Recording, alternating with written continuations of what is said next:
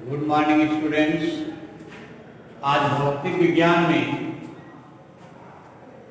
Chapter का नाम है किरचॉफ के नियम तथा वैद्युत परिपथ में एक बहुत इंपॉर्टेंट टॉपिक है सेल का आंतरिक प्रतिरोध।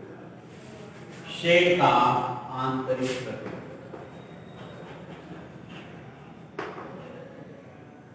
सेल का आंतरिक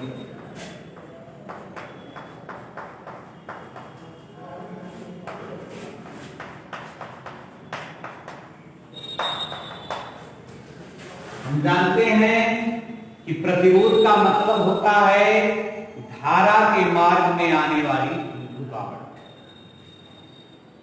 जब हम किसी सेल को तार से जोड़ते हैं तो तार में वैद्युत धारा धन प्लेट से ऋण प्लेट बहती है।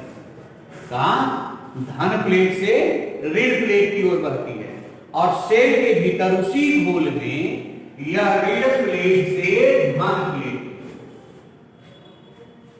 घोल बाहर क्या है? धन से ऋण, और सेल के घोल के अंदर ऋण से धन की।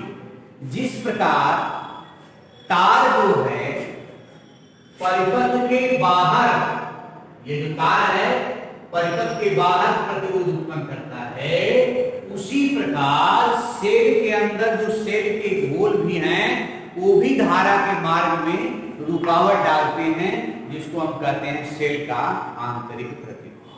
समझ में आया? जिस प्रकार परिपथ में धारा प्रवाह करने में जोड़ा गया तार प्रतिरोध उत्पन्न करता है, उसी प्रकार सेल के अंदर जो घोल है उसके अंदर जो प्रवाह होने में, धारा के प्रवाह होने में घोल के कारण जो रुकावट आती है, उसी को हम कहते हैं सेल का आंतरिक प्रतिरोध। तो क्या परिभाषा बनी कि सेल का घोल भी वैद्युत धारा के मार्ग में प्रतिरोध लगाता है, जिसे हम कहते हैं सेल का आंतरिक प्रतिरोध। अब आंतरिक प्रतिरोध किन किन बातों पर निर्भर करता है? आंतरिक प्रतिरोध सेल के आंतरिक प्रतिरोध की निर्भरता किन किन बातों पर निर्भर करता है? पहला पॉइंट है सेल के दोनों प्लेटों के बीच की दूरी ज्यादा होगी तो उसके आंतरिक प्रतिरोध का मान क्या हो जाएगा? ज्यादा। दूसरा, घोल में डूबे प्लेटों के क्षेत्रफल के द्विगुण क्रमांक, इसको इस माला से दिखाते हैं। क्षेत्रफल के द्विगुण क्रमांक, यानी क्षेत्रफल प्लेट का कम है तो आंतरिक प्रतिरोध का मान ज्यादा होगा, क्षेत्रफल अधिक है तो आंतरिक प्रतिरोध का मान क्या हो जाएगा? कम होगा। तीसरा कहता है कि वैद्युत अपघट्ट की सांद्रता के अनुप्रमाणुपाती। अगर घोल शांत है, गाढ़ा है, तो आंतरिक प्रतिरोध का मान ज्यादा होगा, अगर घोल पतला है तो आंतरिक प्रतिरोध का मान कम होगा। और चौथी पदार्थ बात जो है वैद्युत अपघट्यों पदार्थ की प्रकृति पर निर्भर करती। वैद्युत अपघट्यों प्लेटों के पदार्थ की प्रकृति, हमारा उस घोल के अंदर जो प्लेट है उस किस नेचर का है, उसका पूरा वैद्युतांक क्या है, इन चार बातों पर निर्भर करता है। पहला क्या करता है कि यह आंतरिक प्रतिरोध प्लेटों के बीच की दूरी पर निर्भर करता है, और इसके बाद इसके क्षेत्रफल के अनुक्रमानुपाती होता है,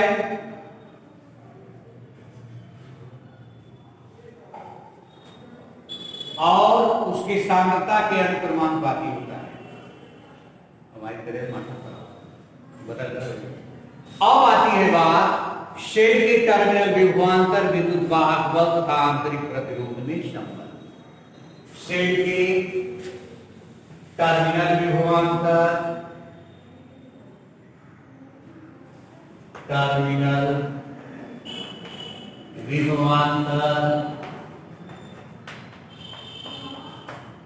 सेल के टर्मिनल विभवांतर विद्युत वाहक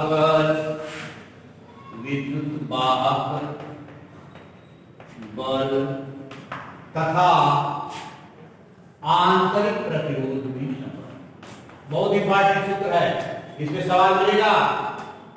प्रतिरोध में ठीक है, देखें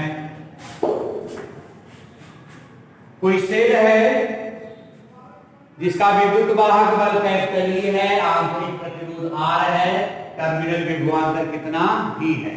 तो हम जानते हैं कि माना परिपथ में वैद्युत धारा स्मॉल I स्मॉल समय स्मॉल t तक प्रवाहित की जाती है, तो किया गया कार्य W बराबर E हो गया, क्योंकि Q इक्वल टू IT, तो W इक्वल टू EIT हो गया, समझ में आ गया? W बराबर EIT। अब क्या करते हैं, यदि सेल के बाहर प्रतिरोध R के सिरों के बीच विभवांतर V है, तो WY बराबर E के जगह क्या हो जाए, E विद्युत वाहक बल है, V विभवांतर है तो VIT। WY बाहर विभवांतर काम करेगा, अंदर क्या करेगा, विद्युत वाहक बल काम करेगा। और W आंतरिक W आंतरिक, V के जगह क्या हो जाएगा, EIT, क्या हो जाएगा, EIT। अब अच्छा इसको मान लेगा आंतरिक हमारा V के जगह V डैश मान, V डैश IT आंतरिक, V क्या है, Y विद्युत वाहक बल, और V डैश क्या है, आंतरिक विद्युत वाहक बल। चूंकि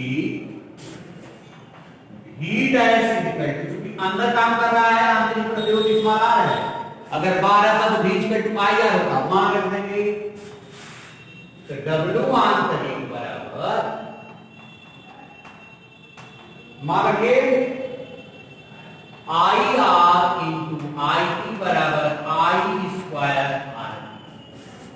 क्यों कैपिटल R हमने देखा, कैपिटल R Y प्रतिरोध है, स्मॉल r क्या है हमारा, आंतरिक प्रतिरोध। अब कैपिटल W बराबर WY प्लस W आंतरिक, मान रख दो भाई, तो W बराबर WY हमारा क्या है, VIT, आंतरिक क्या है, I square R, VIT plus I square RT। अब क्या करेंगे, कुछ कॉमन है क्या, IT, क्या कॉमन है हमारा, IT हमारा कॉमन है, चूंकि W इक्वल टू क्या हमारा है, EIT ना, क्या है हमारा EIT, मान रख दो EIT बराबर IT कॉमन ले लेना, तो V प्लस IT से IT, तो E बराबर V प्लस IR। एक बहुत महत्वपूर्ण हमारा फार्मूला आया, E is equal to V plus IR या V is equal to E minus IR। इसी के बाद आगे बात होगी कि V equal to E minus IR, यह बहुत महत्वपूर्ण सूत्र है। अतः उपरोक्त सूत्र से स्पष्ट है कि जब वैद्युत सेल धारा दे रहा है, अर्थात जब वह निरावेशित हो रहा है, तब उसके प्लेटों के बीच टर्मिनल विभवांतर भी उसके विद्युत वाहक बल E से क्या होता है, कम होता है। क्यों कि जब हम टार्च जलाएंगे तो कुछ दिन के बाद हमारी टार्च क्या हो जाती है, उसकी रोशनी क्या हो जाती है, धीमी हो जाती है। क्यों, क्योंकि आंतरिक प्रतिरोध का मान बढ़ जाता है। अब शर्त एक है, शर्त क्या है,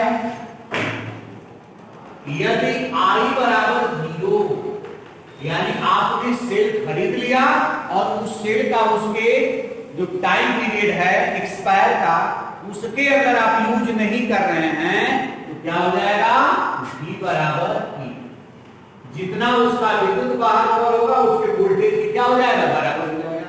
और यही कारण है कि जब हम टार्च का प्रयोग करते हैं तो धीरे धीरे चार्ज क्या जाती है, डिस्चार्ज हो जाती है। जितना हमको प्रकाश चाहिए उतना प्रकाश नहीं मिलता, कहना करें सेल क्या हो गया, खराब हो गया। क्यों, क्योंकि उसके आंतरिक प्रतिरोध का मान क्या हो रहा है, बढ़ रहा है, और उसके विद्युत वाहक बल का मान घट रहा है।